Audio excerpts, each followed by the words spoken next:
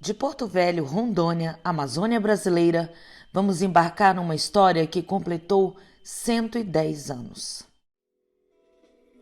Você precisa ver para saber como é que andava o trem na Madeira Mamoré.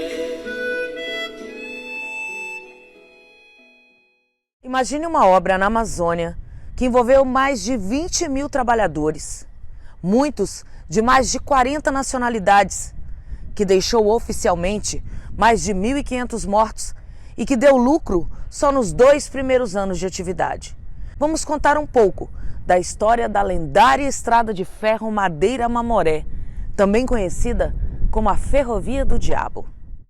Existe a lenda de que cada dormente da Estrada de Ferro Madeira Mamoré seria uma vida ceifada durante o período da construção.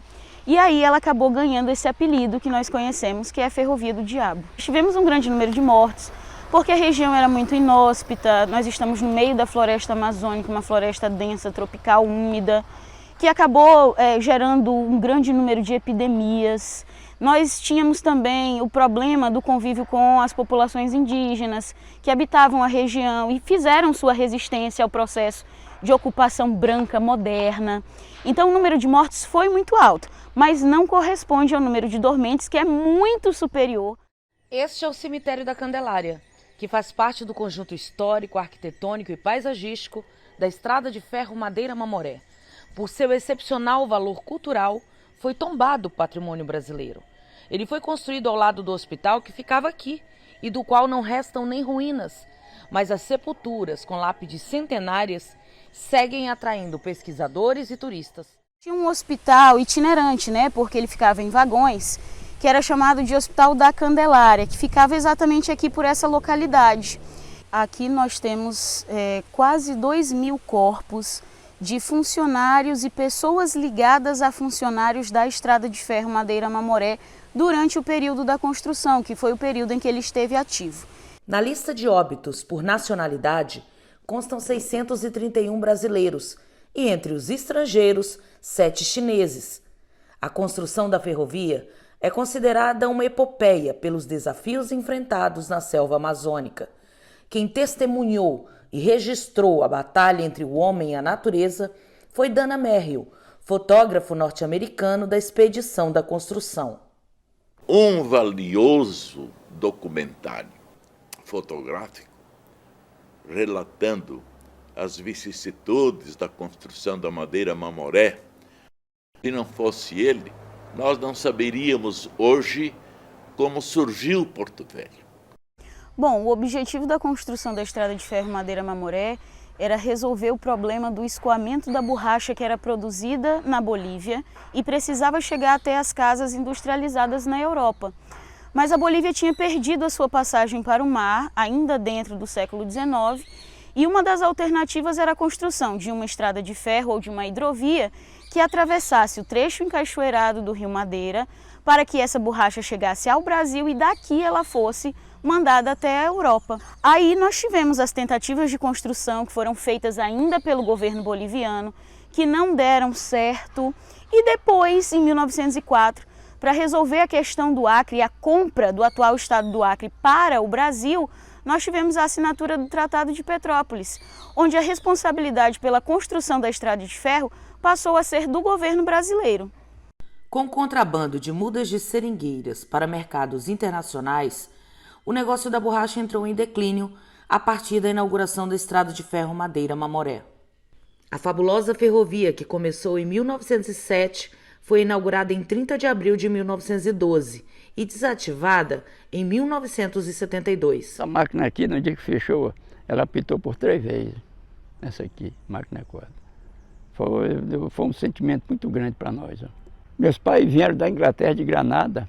Aqui eu nasci e fiquei aqui dentro desse negócio aqui, até hoje eu estou por aqui, lutando. Meu nome é Lorde Jesus Brau, filho de Griffith Brau, e a gente está aí dando continuidade para não deixar a nossa história morrer.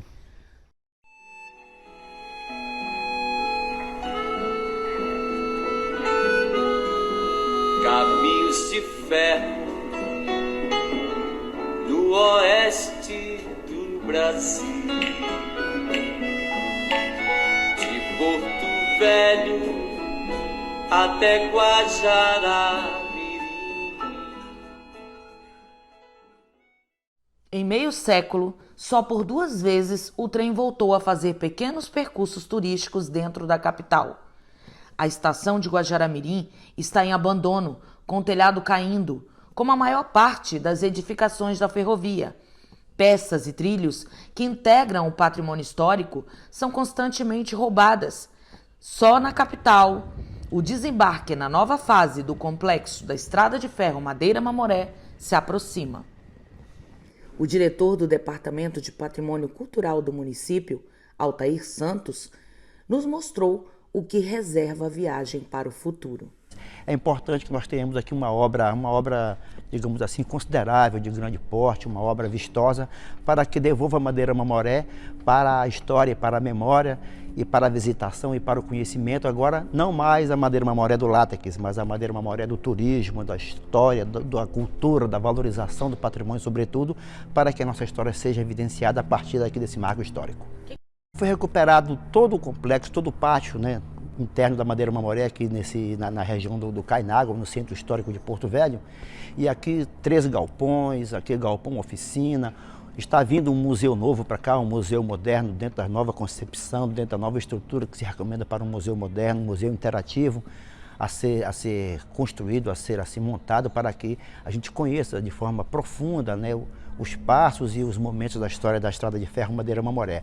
Além disso, a pavimentação, a reconstrução de um deck muito importante que dá vista para o Rio Madeira, um amplo estacionamento. Aqui teremos no antigo galpão que fora da Marinha, que fora do Cibec, mas que serviu antes da Madeira-Mamoré, agora um complexo com 4 restaurantes na parte superior e no seu porão, na parte baixa, 25 lojas para possivelmente o artesanato regional.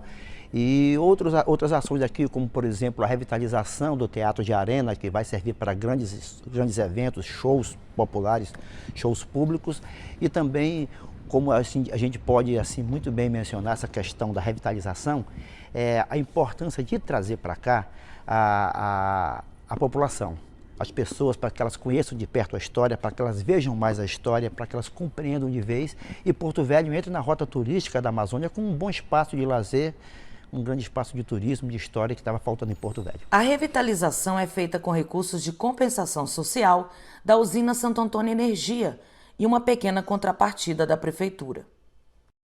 É uma história de luta, é uma história imensa, é uma história de multiculturalidades e é uma história que merece muito respeito, tanto pelo poder público quanto pela população. Merece ser divulgada em todos os lugares, porque ela não é só a história de Rondônia, ela é a história de ocupação da Amazônia, ela é parte da história do Brasil, ela compõe o processo de industrialização mundial, então ela precisa ser conhecida por todo mundo. Você precisa ver para saber como é que andava o trem na Madeira-Mamoré.